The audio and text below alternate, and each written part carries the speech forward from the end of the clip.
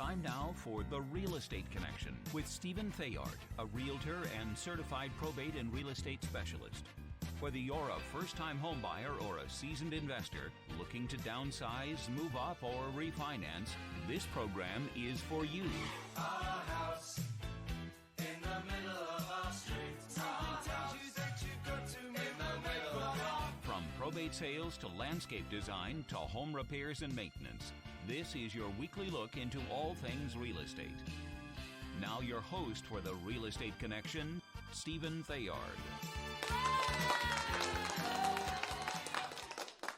Hey everybody, welcome to another episode of The Real Estate Connection, brought to you by Good Patriot Realty.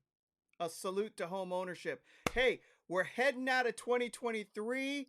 Thank God. And we are heading into 2024. I know that's not a lot of fanfare, but we are moving into a new year and we're putting all of last year behind us and gearing up and getting ready to see what is on the horizon. So, what is this show about? Real estate. That's why we call it The Real Estate Connection over here on this side. So we're going to talk about real estate and the 2024 real estate market forecast and what we can expect to see in the market based on data that has been collected over the year and projections by the experts as to what will probably happen in 2024 for the real estate market. So if you're getting ready to buy a house, you're getting ready to sell a house, or you're thinking about both and you're on the fence, this show is for you, so you will get the information you need to make an informed decision. And if you are thinking about buying or selling in the near future, spring 2024, give me, Stephen Theard, a call at 408-472-0817. Again, 408-472-0817. And I'd be happy to help you with your real estate needs. And we are still running this rebate program for military members and first responders. For sellers, get 10% of our commission as a seller rebate and another 5% towards the charity of your choice. We're big supporters of the veteran community, especially those coming back that need therapy or have issues related to combat, related mental health issues or physical injuries. And we're also very much in support of our first responders, whether they be fire, medical, or law enforcement. Again, for first responders and military service members, and for buyers as well, a 10% rebate off of our commission, subject to escrow restrictions and lender approval, and another 5% back going to the charity of your choice to support your community that you work in as well. And not to mention a brand new custom-made wooden American flag. If you're interested in the program, give me a call today, 408-472-0817. Again, 408-472-0817. And if you don't want to miss another episode, check us out at Apple Podcasts, also on Spotify and iHeartRadio and Podbean. Just look up Stephen Theard, StephenTheard, right there on the screen above you, right there on the screen in front of you, and you should be able to find me without a problem. So without any further ado, let's jump into the program. All right, so the real estate market is poised to begin the new year. What do homeowners, potential sellers, and buyers have to look forward to in 2024? Well, let's look at what we could potentially see in the new year from a big picture perspective. We're going to hit three main categories that I think will give you a pretty good indication of what's going to be driving the real estate market and how it's going to react in 2024. All right, so let's look at one, market stability, inventory, interest rates, okay, and what will drive the market in 2024. So in the first section, market stability. So the market is incredibly stable because of changes implemented in the mortgage industry in 2008. underwriting standards for loans have gone way up. Anybody who's gone through the home buying process in the last 48 months can tell you it's like having to give a pint of blood, a DNA sample, and signing off on your firstborn child in order to get the lender to finally approve your loan. And that's why my advice is so important to you. It's not always about the rate, it's about who can get the job done, who's proactive, gets questions answered up front, and takes care of issues during the mortgage process versus the rate. Because it doesn't matter what rate you have if you can't close the deal. You want the house. The goal is the house. The rate determines how much you pay in your monthly mortgage, and it's very important. But if you get a really low rate and the lender can't get the job done, the rate means nothing because they've dropped the ball on the way to close of escrow. All right, so changes in lending standards have taken the risk out of home loans. Back in the early 2000s, they were selling these very risky loan products that had no substance to them, and they were worth nothing. There was no money down. It was whatever income you wrote down on a piece of paper, they took it and they lent you money, and therefore there was no equity, real equity in the market holding up these loans. That has all changed. Because underwriting standards have increased, mortgage loans have been harder to obtain. Now we have a lot of risk pulled out of the market, and so there's a lot of stability just in the loans themselves. However, most homeowners now in the United States of America have a great deal of equity in their homes. And you may ask me, what do you mean by equity? Equity means the amount of money or the value of your home over what you owe. It's very simple. The value of your home over what you owe.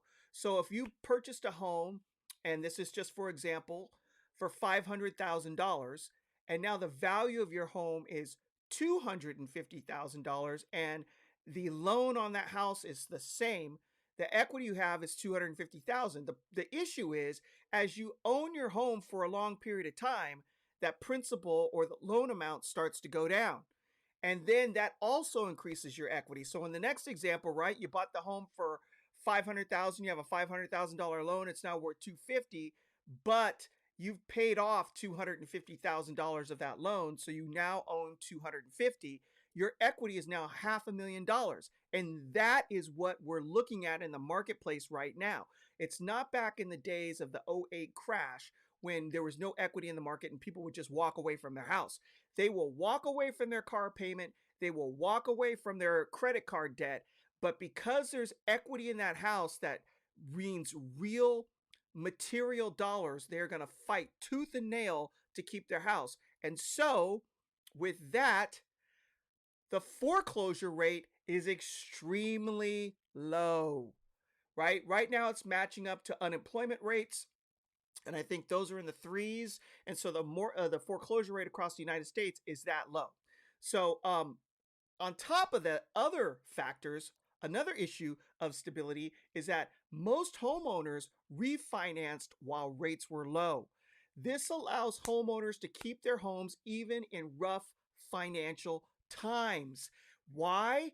Because less of their discretionary income is going to their mortgage payment.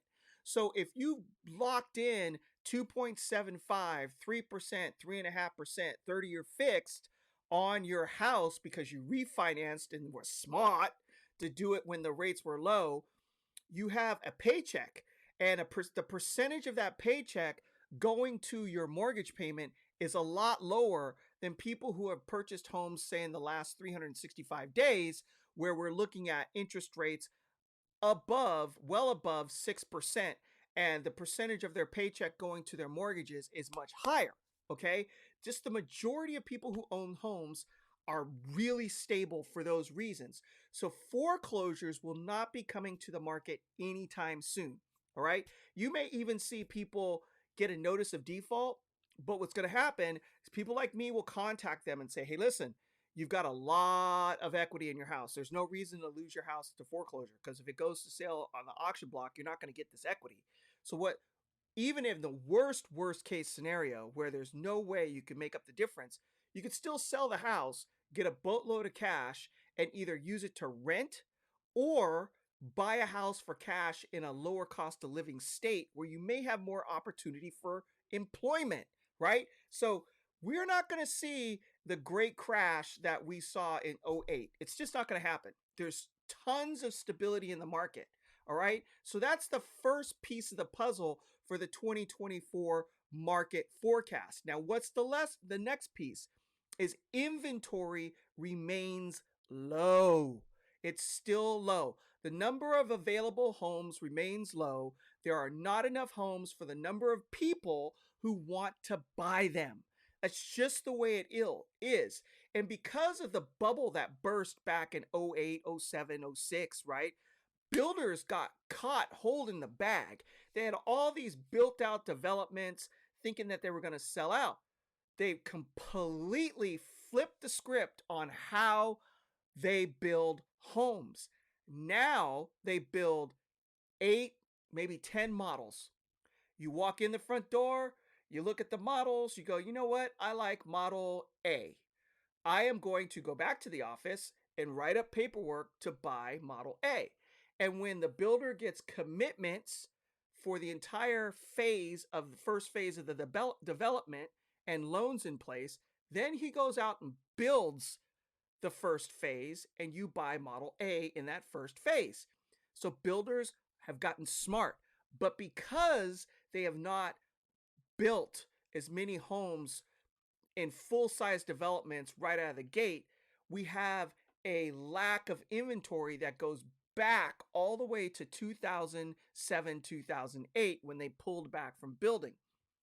And they have not caught up. So we're still a few years behind in production levels of where we need to be to make up the difference to bring inventory to where it actually should be in the United States of America.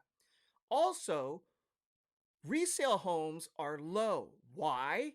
Homeowners are hesitant to sell due to having very low interest rates on their current homes. So you probably already understand this, but for those of you who may not own a home and you're a first-time home buyer and you're listening to this podcast, here's some helpful information. You're a homeowner, you're sitting on a house that maybe be too small and you're looking to move up, but the interest rate you have on your house right now is 3%, 30-year fixed. Even if you went to sell the house you live in now and buy it again at interest rates double of what they are of what you currently have, that means your payment just doubled. Now, unless your income has gone up, you're not going to go out and try to get a mortgage that's double of what you already pay now because your budget is built around your mortgage, right? And so until interest rates come down, homeowners who don't have to sell are not going to sell because it doesn't make financial sense. So what issue does that create? Inventory. So the move-up buyers who would normally be moving out of their entry-level house into the next bigger home aren't moving. They can't. Economically, it's not affordable for them to buy a replacement property. So what are they doing? They're sitting in their house even though they don't like it, even though it's too cramped and even though it's outdated and they want to move, they can't do it because of affordability. So that is also causing issues with inventory in the market. All right. Now, despite the rise in interest rates, home values have increased over the last year, remained stable in some markets.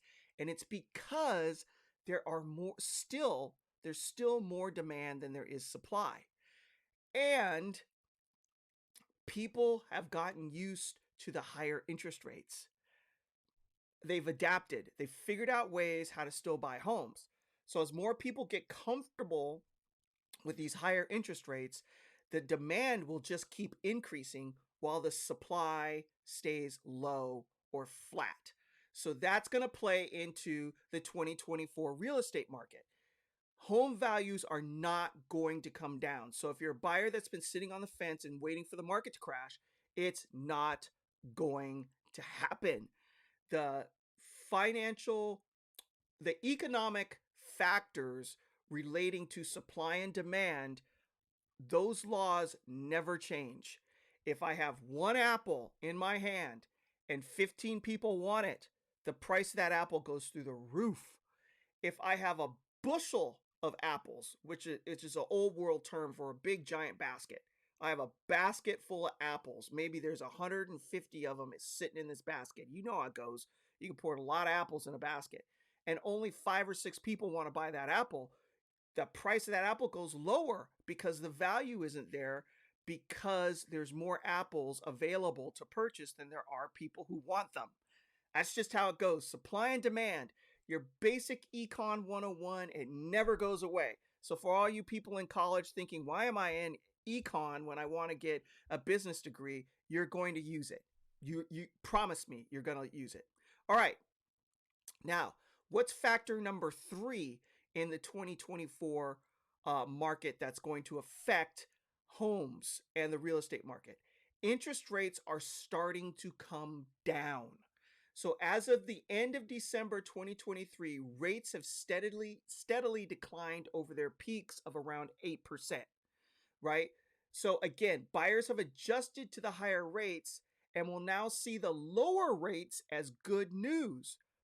They were up around 8. They dropped down into the low sevens, and depending on whether or not you're buying down your rate by paying a point, they could be in the 6s. If you're a veteran and you're using a VA loan, I have seen rates advertised below 6%. So it just depends on where you're at in the marketplace. But rates are coming down. What's that mean? 2 things. The refinance market is going to tick up a little bit, because people who were buying at the peak of the market around 7.9, 8%, 7.65, right?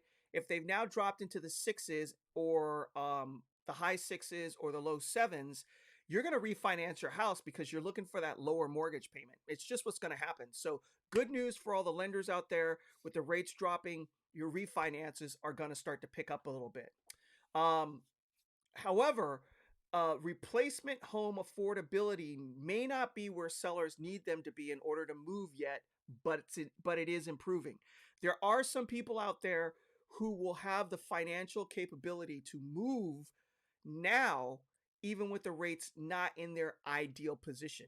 I've heard from the experts that anything in the 5% range will open the market wide up. People will then say, okay, it's affordable. I can sell my house. It's time to buy that next bigger house. Boom, boom, boom. Things will happen, but we're not quite there yet. I don't know how long it's going to take, but we're just not there. However, they're starting to trend down, and there's always people at different financial levels within the market that will take advantage of the rates where they're at. So I do expect that there will be a slight increase in inventory on resale homes. But as I was listening to a podcast today, the issue that we're facing is the brand new homes tend to be the same price as resale homes, as builders have had to get competitive in the marketplace to sell their homes. And you have this competition now of, do I want to buy a brand new property or do I want to buy an older home? Now, there's advantages and disadvantages, and it's all a matter of taste. Some people like the brand spanking new house that has all the bells and whistles, but some of those older homes are built very well. And in the longevity factor, they're going to age better.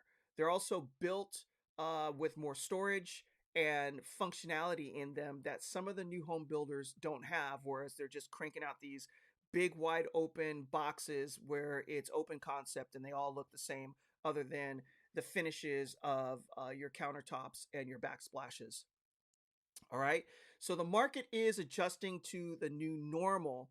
However, I don't think we're quite there yet to see inventory pick up heavily because interest rates just aren't there. Now, new homes, what will drive the 2024 market? That's the next and last piece. What will drive the market in 2024?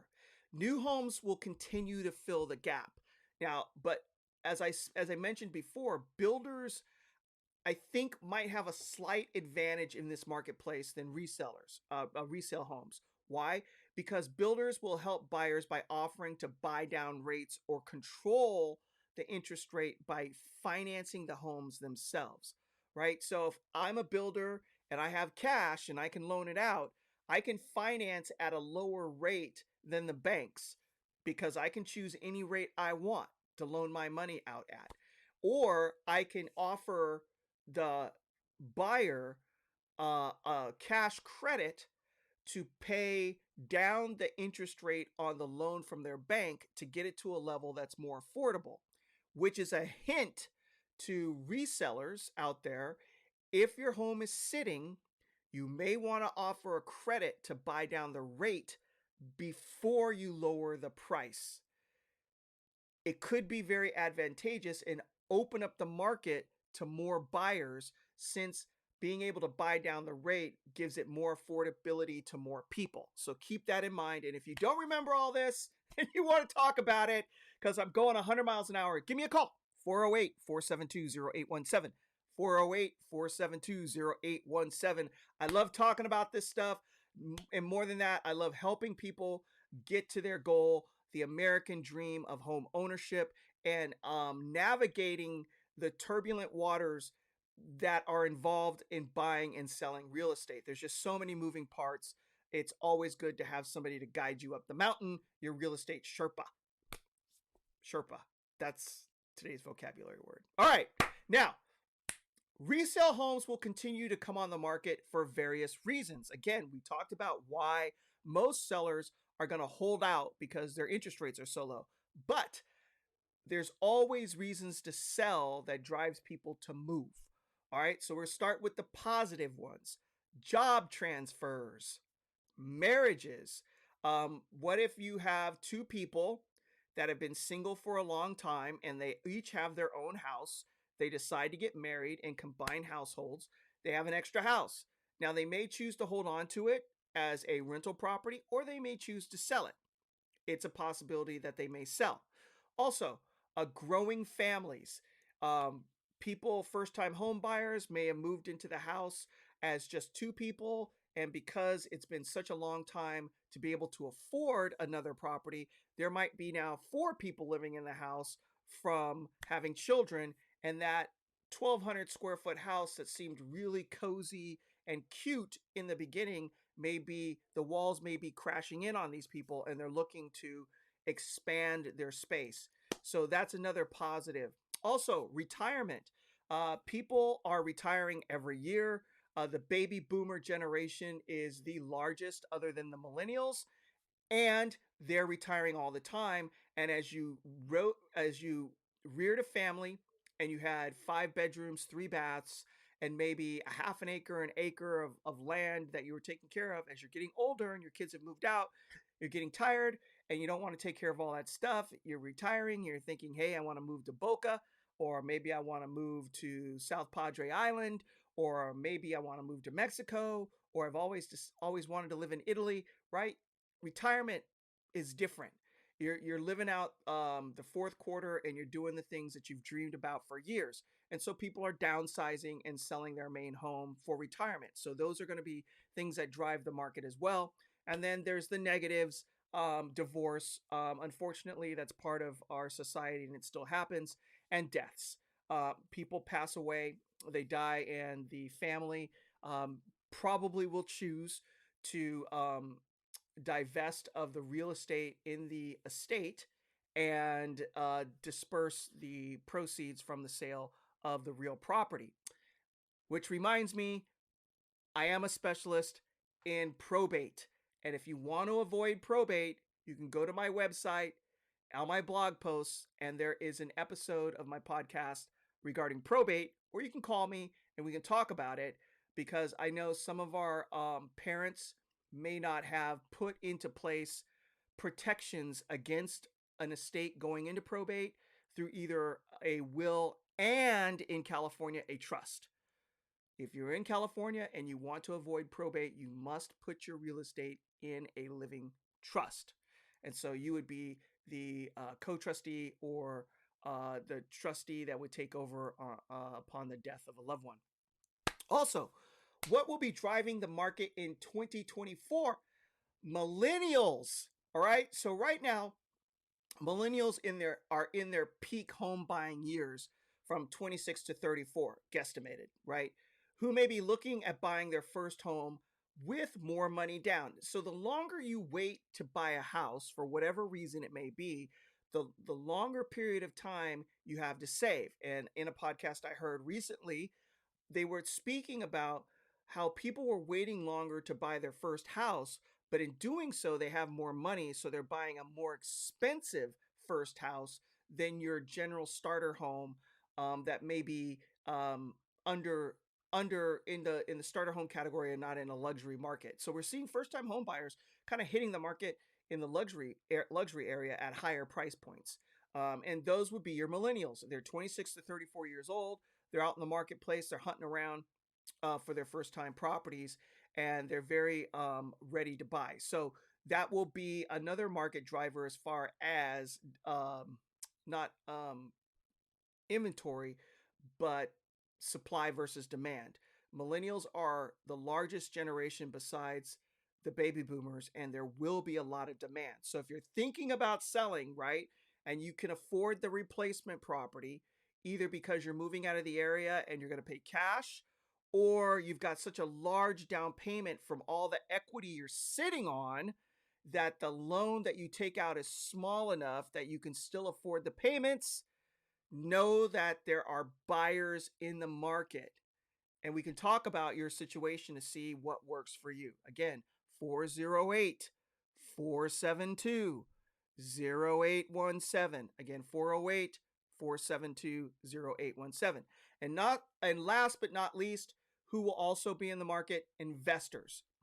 So investors are looking to increase their portfolios either for renting or for flipping. And since inventory is low, it's just harder for them. So they're out there.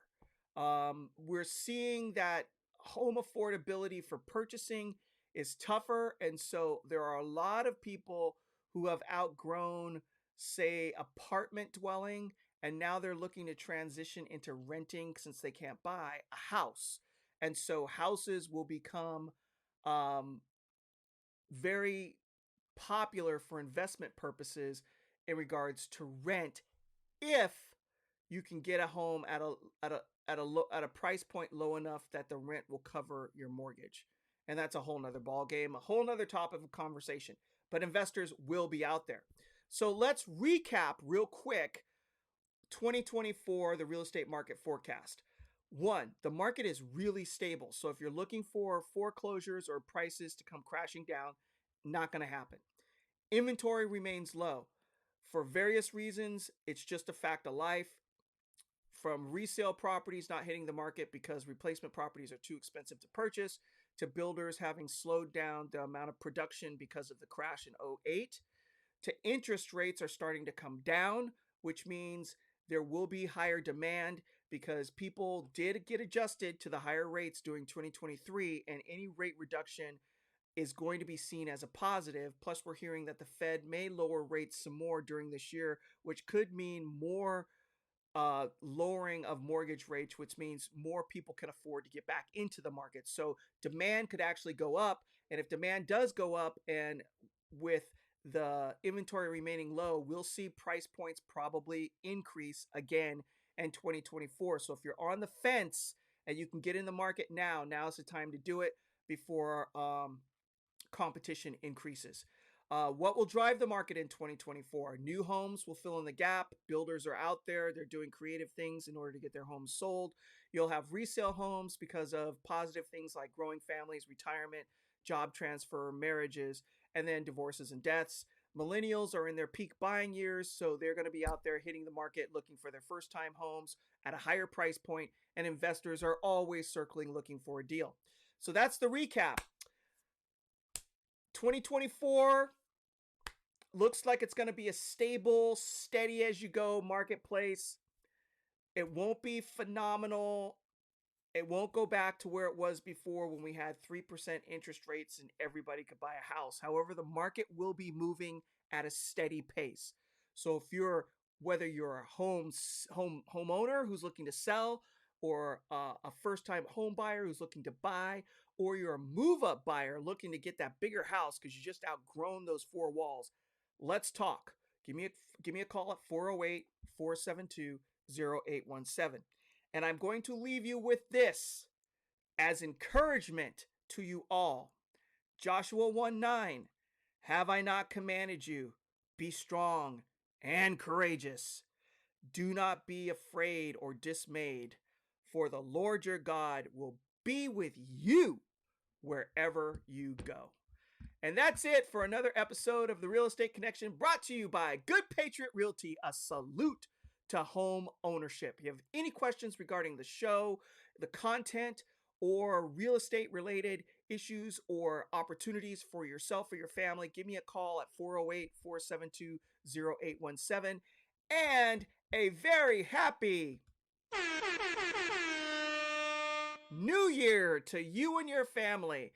May you be blessed, may you be protected, and may it be a prosperous year for everyone. God bless you all, and we'll see you next year in 2024 on another episode of The Real Estate Connection, brought to you by Good Patriot Realty. A salute to home ownership. This has been The Real Estate Connection with Realtor and Certified Probate and Real Estate Specialist Stephen Theard. License Cal BRE number 017000019. For more information on this program, visit realestateconnectionradio.com. To contact Stephen directly, call 408-472-0817 or email info@realestateconnectionradio.com. And be sure to tune in next week at this time for The Real Estate Connection.